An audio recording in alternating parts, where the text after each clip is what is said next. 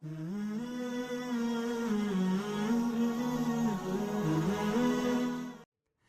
subhanahu wa ta'ala tells us in the Quran, وَلَا يَغْتَبْ بَعْضُكُمْ بَعْضًا, that some of you should not backbite others. You shouldn't talk about other people behind their backs. Allah subhanahu wa ta'ala commands us in the Quran, اتَّقُوا اللَّهَ وَقُولُوا قَوْلًا سَدِيدًا.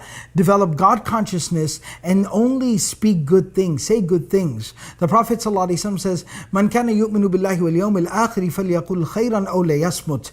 That whosoever believes in God and the last day should say good things or rather remain quiet. The Prophet of Allah ﷺ tells us that Allah subhanahu wa ta'ala says that somebody who abstains from food and water but then doesn't control what they're saying, he doesn't watch what they're saying, but they go about backbiting and talking about other people behind their backs and mocking other people, then Allah has no need for that person to starve themselves and deprive themselves from food and water and drink.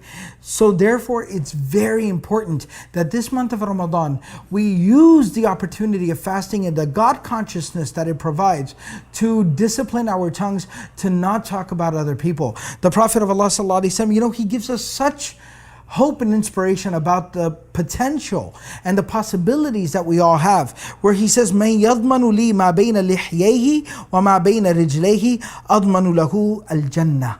The Prophet ﷺ says, whosoever can give me, can guarantee to me that they will be careful about their tongue and about their modesty, about their decency, they won't engage in any type of wrong sexual activity, they can be careful about what they say and how they conduct themselves sexually. The Prophet ﷺ says, I give that person the guarantee of paradise.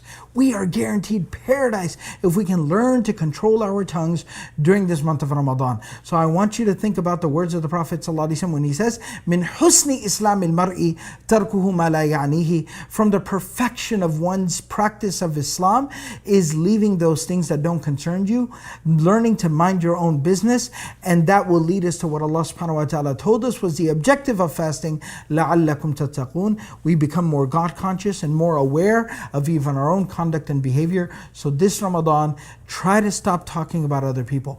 Don't worry about what other people are doing. Worry about you. Worry about your relationship with Allah subhanahu wa ta'ala and what you can do to become a better person.